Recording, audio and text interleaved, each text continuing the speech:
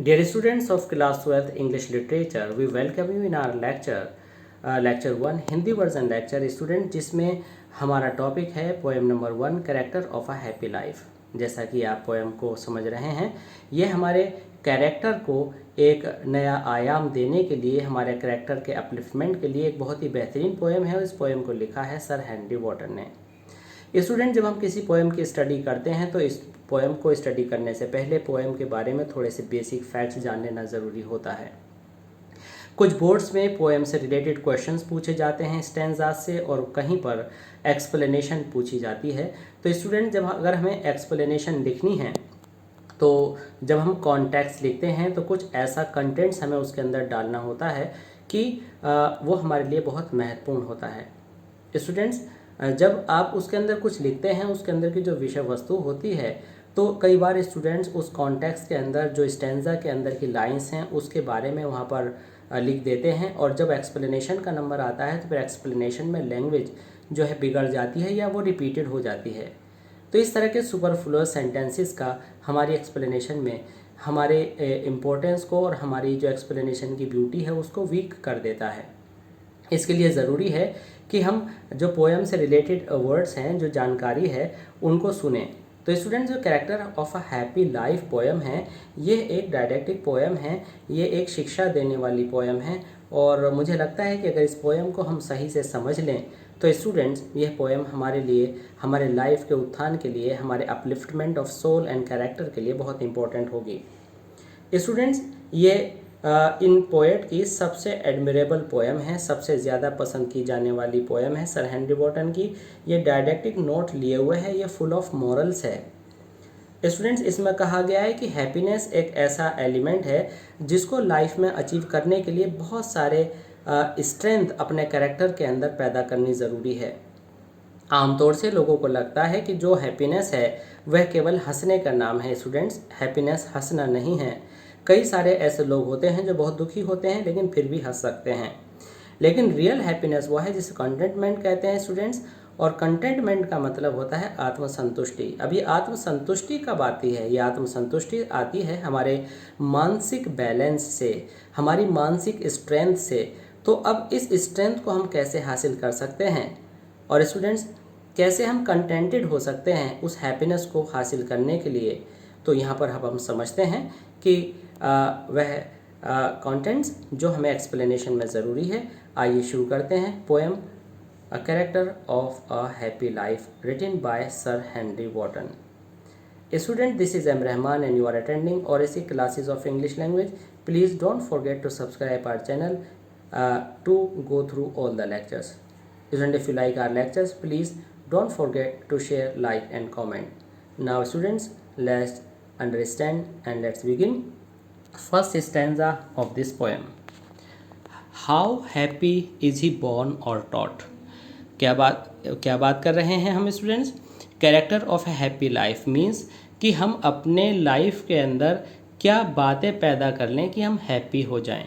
आपने students India में सुना होगा, जो हमारी संस्कृति है उसमें कहा जाता है कि अगर हम मन से संतुष्ट हैं, हमारा मन शांत है, तो हम बहुत ही प्रसन्न हैं स्टूडेंट्स। वरना सब लोग अगर हंस रहे हैं और प्रसन्न हैं और हमारी आत्मा कहीं ना कहीं विघ्न महसूस कर रही है, दुखी है, तो हम प्रसन्न नहीं हैं। तो वास्तव में ये प्रसन्नता क्या है और ये कैसे आती है, यह रियलिटी हम इस पोएम में जान पाएंगे। और जो हमारे कैरेक्टर का, हमारे चरित्र का एक उत्तम गुण भी होगा। How happy is he born और taught that serveth not another's will. यहाँ पर पोएट कहते हैं कि वह इंसान, हाउ हैप्पी कितना खुश है, इज़ ही बॉर्न और टॉट जिसका जन्म और जिसकी शिक्षा, that serveth means serves not another's will, जिसकी जन्म और जिसकी शिक्षा दूसरे की सेवा करने के लिए नहीं हुई, नॉट अनदर्स विल दूसरे की इच्छा के अनुसार चलने के लिए नहीं हुई। अब स्टूडेंट्स, यहाँ पर आप जो है गलत मतलब समझेंगे। आप कहेंगे कि दूसरे की इच्छा के अनुसार चलने के लिए नहीं हुई, फिर तो हमें अपने माता पिता की इच्छा के अनुसार नहीं चलना चाहिए, हमें अपने गुरुजनों की इच्छा के अनुसार नहीं चलना चाहिए, हमें अपने बड़ों की इच्छा के अनुसार नहीं चलना चाहिए, क्योंकि हमारे टीचर ने बताया है। स्टूडेंट्स, यहाँ पर अगर हम ऐसे शब्दों के अर्थ पर चले जाते हैं तो ये उन पिछले जो आपने किसी कहानी में पढ़ा, चार मूर्खों वाली बात होगी। यहाँ पर कहने के भाव को आपको गंभीरता से समझना है। How happy is he born और टॉट, वह इंसान कितना खुश है जिसका जन्म और जिसकी शिक्षा दूसरों की इच्छा के अनुसार काम करने के लिए नहीं हुई, अर्थात वह व्यक्ति जो दूसरों का गुलाम नहीं है, जो अपने आप में निर्णय लेने में स्वतंत्र है, जो दूसरे के अंडर रहकर काम नहीं करता, वास्तव में वह बहुत खुश है। तो अगर हम सीधा सीधा अर्थ देखें इस स्टैंजा का, तो स्टूडेंट्स हमारे सामने वो अर्थ आता है। क्या आता है स्टूडेंट्स? वह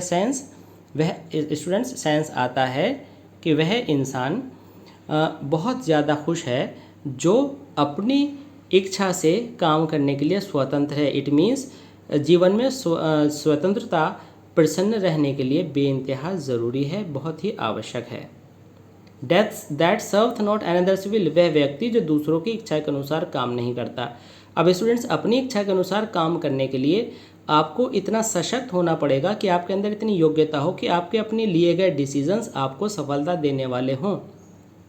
और अगर आप अपने आप में स्वतंत्र हैं और कार्य कर सकते हैं तो निश्चित रूप से आपका मस्तिष्क बहुत स्ट्रॉन्ग होगा, आपके डिसीजंस बहुत प्योर होंगे, आपके थॉट्स बिल्कुल ऑन द राइट पाथ होंगे और तभी आप प्रसन्न होंगे। और अगर आप अपने निर्णय स्वयं लेकर प्रसन्न हो सकते हैं तो आप इंडिपेंडेंट हैं, आपको किसी पर डिपेंड होने की ज़रूरत नहीं है। तो इनडायरेक्ट में स्टूडेंट्स ऐसा व्यक्ति तो खुश होगा ही। इन शॉर्ट क्या कहा गया कि वह व्यक्ति जिसका जन्म, अगर हम शब्दों के आधार पर देखें और बाकी शब्द आप अगर अपने हिसाब से मिलाना चाहते हैं तो होगा कि वह व्यक्ति कितना खुश है जिसका जन्म और जिसकी शिक्षा दूसरों के अनुसार चलने के लिए नहीं हुई। तो इन दो लाइनों को हमने आपको पूरी तरह समझाया। अगली दो लाइन में पोएट कहते हैं, whose armour is his honest thought. Whose means वह हैप्पी मैन। हैप्पी मैन वह है जिसका armour means shield means protection cover means जिसका कवच, इज हिज ऑनेस्ट थॉट, सुंदर विचार ही उसका कवर हैं। And simple truth is his utmost skill, और सिंपल ट्रूथ और साधारण सत्य ही उसकी परम कुशलता है। ये क्या बात हुई स्टूडेंट्स? यहाँ कहा गया कि एक जो प्रसन्नचित व्यक्ति है, प्रसन्नचित से ज़्यादा हम समझेंगे वह व्यक्ति जो हृदय से प्रसन्न है स्टूडेंट्स, उसको अपने बचाने के लिए किसी अतिरिक्त कवच की ज़रूरत नहीं पड़ती। उसके सुंदर विचारों का मतलब है ईमानदारी के विचार, नैतिक विचार, दया के विचार, परोपकार के विचार ही उसके कवच हैं।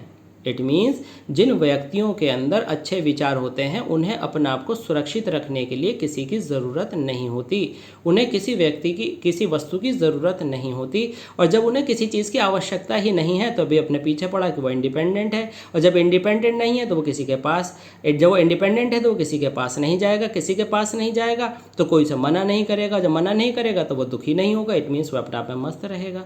तो इस तरह से कहा गया कि वह आदमी जिसके विचार, जिसके जो थॉट्स हैं वो ईमानदारी से भरे हुए हैं, वही उसका कवच है। और जिसकी साधारण सी कुशलता, जिसकी सिंपल ट्रूथ, जिसकी साधारण सा सत्य ही उसकी परम कुशलता है, अर्थात परम कुशलता उसका साधारण सत्य है। कहने का मतलब यह है कि जब कोई आदमी झूठ बोलता है तो झूठ बोलता ही चला जाता है और उसमें पारंगत हो जाता है। जब कोई आदमी बेईमानी करता है तो बेईमानी करता चला जाता है और उसमें पारंगत हो जाता है। लेकिन जब कोई आदमी सच बोलता है और बोलता ही रहता है तो फिर वह इतना सच बोलने लगता है कि वह उसी में पारंगत हो जाता है और वह किसी चीज़ का सहारा नहीं लेता। इट मीन्स जब उस व्यक्ति को कुछ सोचकर अतिरिक्त याद रखने की ज़रूरत ही नहीं होती तो निश्चित रूप से वो तो बेफिक्र है, वह तो निश्चिंत है, और जो निश्चिंत है वो हैप्पी है, और जो हैप्पी है वही इस संसार में स्वर्ग के समान रह रहा है। तो इतनी सी एक लाइन का आपने अर्थ समझा कि साधारण सत्य ही उसकी परम कुशलता है। तो इतने से सेंटेंस का एक साधारण सत्य ही उसकी परम कुशलता है का उसके चरित्र पर, उसके मस्तिष्क पर, उसके सोच पर, उसके जीवन पर कितना प्रभाव पड़ा। आइए देखते हैं एक बार फिर character of a happy man, character of a happy life, कि वह इंसान बहुत ही सर्वशक्तिमान और बहुत ही प्रसन्न है जिसका जन्म दूसरों की सेवा के लिए, और दूसरों की, जिसका जन्म और जिसकी शिक्षा that serves not another's will इच्छा दूसरों की सेवा करने के लिए, दूसरों की इच्छा के अनुसार चलने के लिए नहीं हुआ, जिसका कवच उसके सुंदर विचार हैं और जिसकी परम कुशलता उसका साधारण सा सच है। तो आपने इन शब्दों का जीवन पर कितना प्रभाव पड़ा, ये एक्सप्लेनेशन थी। इस सब को ट्रांसलेट जब आप इंग्लिश में कर देंगे तो आपकी एक परफेक्ट एक्सप्लेनेशन बन जाएगी। आइए शुरू करते हैं स्टैंजा नंबर 2। स्टूडेंट्स, यहाँ पर उसके traits and qualities and characteristics को पोएट आगे बढ़ाते हुए कहते हैं। किसकी? जैसे कि भी हमने कॉन्टेक्स्ट बताया था कि इस पोएम में पोएट इंसान के उन कैरेक्टर्स के बारे में बताता है जो किसी इंसान को हैप्पी रखने में सक्षम हैं। इस पोएम में वह रीडर्स को इंस्पायर करते हैं कि उनके अंदर कौन कौन सी क्वालिटीज़ होनी चाहिए। तो इन लाइनों में पोएट कहते हैं, ये बात आपको कॉन्टेक्स्ट में लिखनी थी। अब पोएट क्या कहते हैं, ये एक्सप्लेनेशन यहाँ से शुरू होती है। एक्सप्लेनेशन लिखने के लिए पहले आपको लाइन का अर्थ समझना है, फिर उस अर्थ का जीवन पर क्या प्रभाव है वो बताना है। अगर आपने सेंटेंस की इस लाइन को पढ़ा, पैराग्राफ की, स्टैंजा की, और पढ़ने के बाद आपने हिंदी बता दी, तो स्टूडेंट्स ये पैराफ्रेज है। आपको एक्सप्लेनेशन में क्या करना होता है, मान लीजिए पोएट ने ये लाइन बताई, आपने इसको अपने वर्ड्स में बताया, इट मीन्स पैराफ्रेज बता दिया। तो याद रखिए उस पैराफ्रेज का जीवन पर, उस लाइन के अर्थ का आपके सोच पर, आपके मस्तिष्क पर, उस आपके परिणामों पर क्या प्रभाव पड़ेगा, डिटेल में जो आप बताएंगे वो एक्सप्लेनेशन है। आइए देखते हैं, शुरू करते हैं इस पहली लाइन से। Whose passions not his masters are, जिसकी पैशंस, जिसका जुनून, जिसकी उत्तेजना, जिसका कहें इसेंट्रिसिटी, जिसकी सनक, जिसके माइंड के अंदर अचानक से आने वाले उद्गार, उसके मालिक नहीं हैं। मतलब क्या हुआ इस बात का? इट मीन्स जो आदमी अपनी भावनाओं में नहीं बहता। Whose soul is still prepared for death, जिसकी आत्मा हमेशा मरने के लिए तैयार रहती है। अब आप कहेंगे आत्मा कैसे मर जाएगी? बिल्कुल सही बात है। Whose soul is still prepared for death, it means वह डेथ से नहीं डरता, उसकी आत्मा हमेशा तैयार रहती है कि शरीर आज त्यागना हो आज त्याग देंगे, कल त्यागना हो कल त्याग देंगे, क्योंकि कुछ ऐसा ना तो उसे संसार से लालच है, और जब लालच नहीं है तो चिंता नहीं है, और जब चिंता नहीं है तो खुश है। खुशी तो बेफिक्री का नाम है, खुशी तो निश्चिंत होने का नाम है। जो आदमी हर समय अपना शरीर को त्यागने के लिए तैयार है बिना किसी झिझक के, तो उसे चिंता नहीं, जिसे चिंता नहीं तो वह प्रसन्न है। Untied unto the world with care, और वे संसार के किसी भी नियम से अनटाइड है। संसार के नियम क्या हैं? कमाओगे तो रोटी मिलेगी, अगर आप रिच हो तो दूसरे सम्मान करेंगे, अगर रिच नहीं हो तो दूसरे आपका साथ दुर्व्यवहार करेंगे। सारी बातों को मस्तिष्क से निकाल दीजिए, मीन्स इन सारे सांसारिक बंधनों से मुक्त हो जाइए। अर्थात untied unto the world with care, ऐसा व्यक्ति संसार के सारे बंधनों से मुक्त है। संसार के सारे बंधनों से कैसे मुक्त है? अभी आपको बताया कि उसके ऊपर कोई भी चिंता असर नहीं करती, वह तो निश्चिंत होकर के ऑनेस्ट थॉट के साथ, वह तो ट्रूथफुल स्किल्स के साथ, वह तो हमेशा अपनी सोच समझ के साथ चलता है। और रही बात डेथ आने की, तो उसे अच्छे से पता है कि डेथ जब आएगी तो आएगी, आएगी तो आ जाएगी। तो वह अपने शरीर को त्यागने के हर समय तैयार रहता है। ऑफ प्रिंसली लव, उसे तो न रिच लोगों से या रिच लोगों के साथ रहने का कोई लगाव होता, और वल्गर ब्रीड, और ना ही छोटे तबके के लोगों से। Vulgar breed means petty people से, वल्गर ब्रीड मीन्स ऐसे लोगों से स्टूडेंट्स जिनको हम बहुत ही घटिया किस्म का इंसान कहते हैं, के साथ रहने में उसे कोई शब्द नहीं होता, कोई उसको शर्म नहीं होती। कहने का मतलब स्टूडेंट्स यह है कि यह जो व्यक्ति है ये संसार के सभी बंधनों से मुक्त रहता है।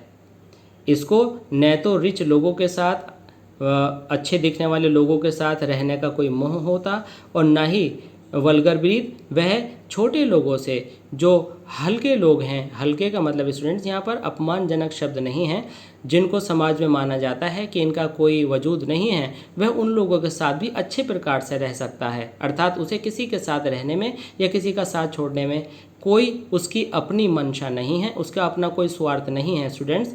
तो डेफिनेटली उसे कोई चिंता नहीं है, और जब चिंता नहीं है तो स्टूडेंट्स वह बिल्कुल निश्चिंत है, और निश्चिंत है तो वह टेंशन न होने की वजह से प्रसन्न ही होगा।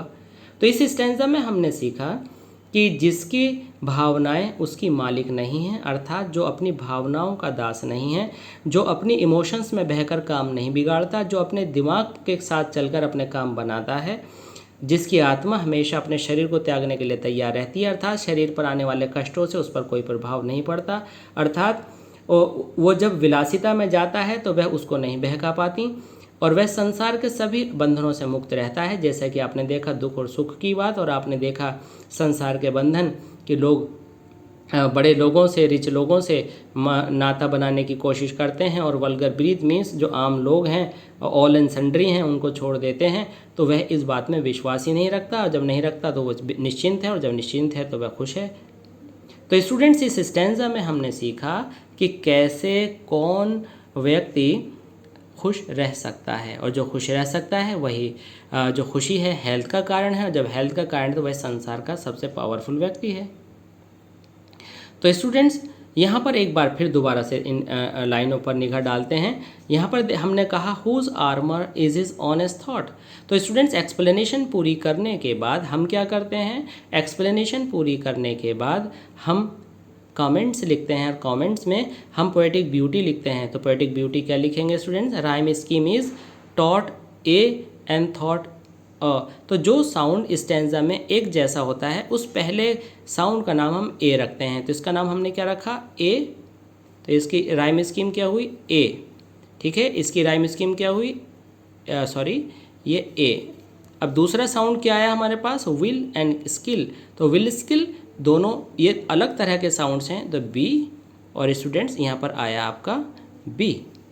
तो हमारा राइम स्कीम क्या हुआ, ए बी, क्योंकि हमारी पहली लाइन तीसरी लाइन से मिल रही है, दूसरी चौथी से मिल रही है, तो ये दोनों साउंड बी भी हुए, ये ए हुए, तो इसको हम राइम स्कीम कहते हैं। दूसरी पोएटिक ब्यूटी क्या है, यहाँ ऑनेस्ट थॉट को आर्मर माना गया है, यहाँ ऑनेस्ट थॉट को आर्मर माना गया है। और students, metaphor figure of speech इस लाइन के अंदर है।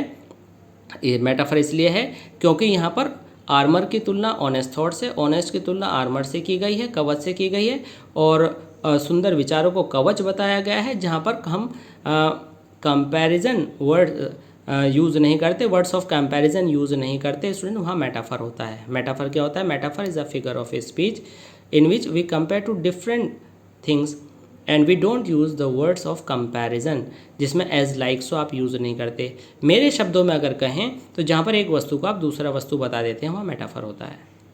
तो यहाँ पर हो गया आपका मेटाफर। इसके बाद आया whose passions not his masters are, it means his passions are not his masters, means उसके जो पैशंस हैं, जो भावनाएं हैं, वह उसकी मालिक नहीं है। तो यहाँ पर पैशंस को स्टूडेंट्स दूसरी वस्तु नहीं, एक सजीव बना दिया, तो यहाँ पर मालिक बना दिया। तो मालिक कौन है, पैशंस। तो पैशंस कैसे काम कर रही है, लिविंग बीइंग की तरह, एक पर्सन की तरह। तो पर्सन बनाने को पर्सोनिफाई कहते हैं, और पर्सोनिफाई से पर्सोनिफिकेशन बना है। तो इस तरह से इस लाइन 1 में पर्सोनिफिकेशन फिगर ऑफ स्पीच हुआ है, क्योंकि यहाँ पैशंस को लिविंग बीइंग मान लिया गया है। तो स्टूडेंट्स, आप कहेंगे in the line 1, in first line personification is used beautifully. और तीसरा पॉइंट होगा स्टूडेंट्स पोएटिक ब्यूटी का, this poem is written in didactic tone, it is full of morals. ये चौथा पॉइंट होगा। पांचवा आपको कुछ नहीं लिखना है। तो स्टूडेंट्स, जब आप पोएटिक ब्यूटी लिखें तो पहले पॉइंट में आप फिगर ऑफ स्पीच अगर है तो ज़रूर मेंशन करें, दूसरे में राइम स्कीम कर सकते हैं, तीसरे में स्टाइल ऑफ द पोएम कर सकते हैं, जो कि यहाँ पर आपकी ये डायडैक्टिक टोन वाली है। तो स्टूडेंट्स, आई होप कि ये लेक्चर आपको बहुत अच्छे से पसंद आया होगा। अगले स्टेंजास को समझने के लिए प्लीज़ हमारा दूसरा लेक्चर देखना ना भूलें, और हमारे चैनल और इसी क्लासेस को ज़रूर सब्सक्राइब करें, ताकि सारे लेक्चर्स और जो रिवीजन आपका भी सिलेबस का होगा वो आप तक पहुंचता रहे सबसे पहले। और प्लीज़ अगर आपको लगता है कि ये लेक्चर यूज़फुल रहा तो प्लीज़ शेयर करना और लाइक करना ना भूलें। धन्यवाद।